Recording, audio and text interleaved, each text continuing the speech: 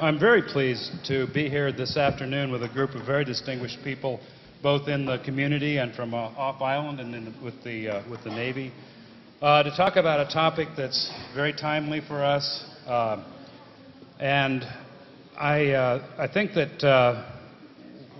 we're about to see something really exciting happen on Guam in terms of renewable energy, and to get us into a whole different sphere with energy production in the island, and everybody here is looking forward to it too. We have with us Captain Peter Lynch from NAVFAC Marianas, Bruce Best from Tadeo at UOG and our energy guru on campus, Joaquin Flores, General Manager of the Guam Power Authority, and Dr. Stephen Ritchie, who's the Senior Research Analyst in Renewable Energies with Battelle. We have a good fortune at UOG to be engaged in a relationship with Battelle. They were in a qualifying pool, and an engineering and design firm and think tank that's going to be working with us at UOG to really deal with our UOG Green Initiative. Anyway, the questions, basic questions about this I'll come to in a minute, but I'd first like to ask everyone to say a little about yourself, your background, and what your program brings to renewable energy on Guam. Captain Lynch. There's one. You can use that. Hi, good afternoon, and we are the last group standing between you and the bar, so we will try to be lively.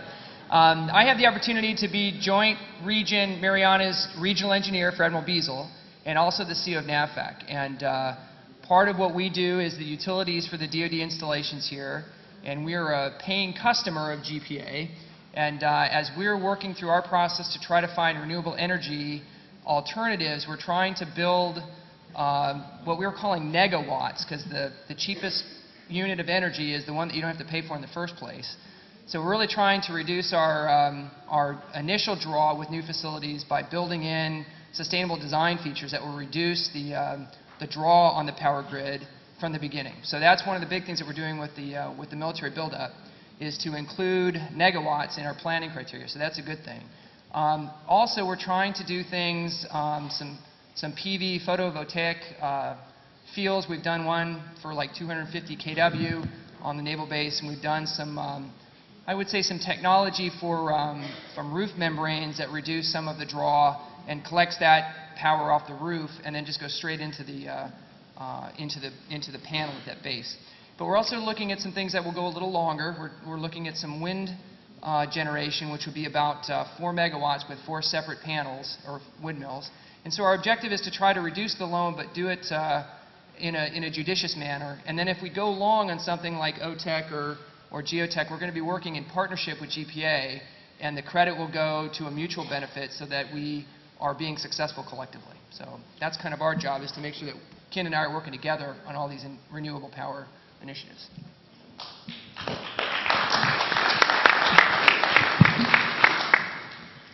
Well, half a day, the lucky ones, the ones that made it to the end.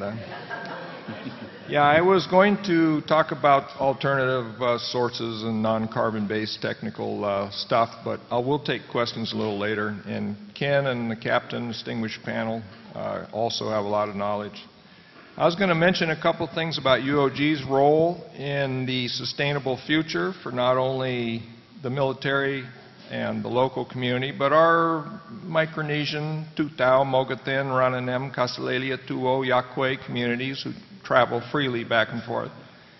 A lot of our work in the early years at UOG, when I first joined the team in the 70s, we were already working on OTEC. We did the OTEC plan, and we decided that Guam is a very good place geographically and logistically. We do have a few typhoons, so we have a few challenges there, but we're overcoming a lot of those. We also worked on my first grant with the federal programs was with wind electric conversion systems, so we have a lot of experience with wind electric. The challenges we all face here, especially in Micronesia, we're 100% oil-based. We don't have a lot of, now with the IRP, Ken will be talking about, and some of the other things, and the military that is mandated to look for appropriate and efficient ways to produce power, which is very good.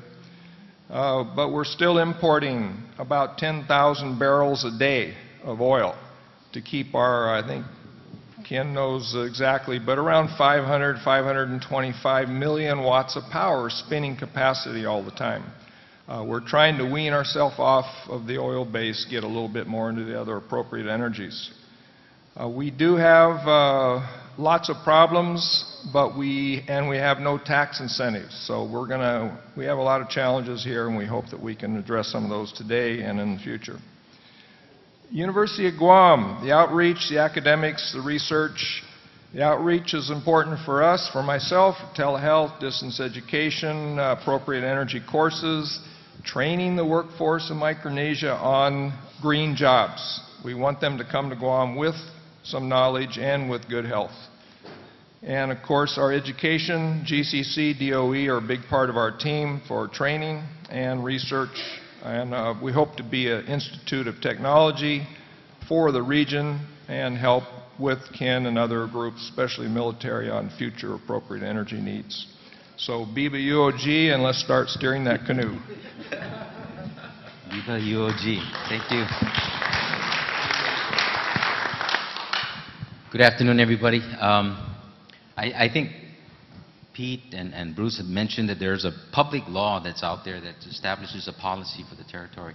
And incrementally over time, I think it's called the Renewable Portfolio Standard. It has to increase or decrease our reliance on fossil fuel by about 25% over up until the year 2035. GPA has completed and submitted its plan to do several things. One is to diversify away from fuel oil. Number two, it's to create a different type of industry for supply of alternative fuels such as natural gas, compressed natural gas, and up to 80 megawatts of renewable resources to provide either one, a hedge against fuel prices shooting up like what it did last year, close to $150 a barrel, and at the same time also reducing total system cost. The challenge that I see is one, is managing expectations. I think there's an expectation that when this plan for renewable energy is implemented, and by the way, we've received three formal bids with prices that have been evaluated, and prices are not going to cause your power bill to go down. It's going to cause your power bill to go up.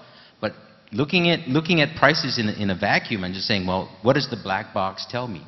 The prices are going to be higher, but it doesn't take into account that there's over the next 10 years, there's going to be $3 billion worth of GPA ratepayer money that will leave this island and go off to Singapore, where we purchase our fuel every month.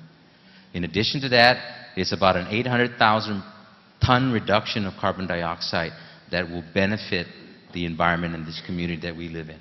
Thirdly, it creates a different type of industry, an industry that is, hopefully we can partner with the University of Guam and support a new type of workforce, a workforce that can promote renewable energy, that can work as technicians, engineers, chemists, material science experts in an area that if we as a community commit to renewable energy, then we can make this work.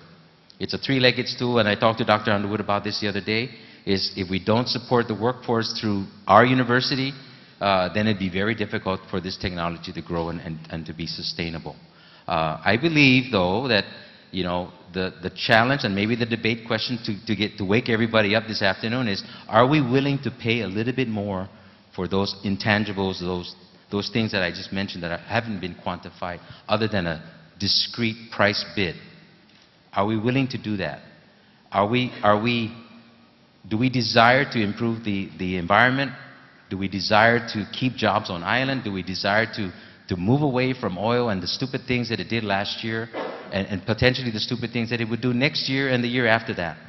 Are we willing to hedge against oil with renewable energy like we do with commodity trades, et cetera, et cetera? So with that, I kind of leave that question. I'm not going to answer it. My job is to execute a policy, and that policy is Public Law 2962.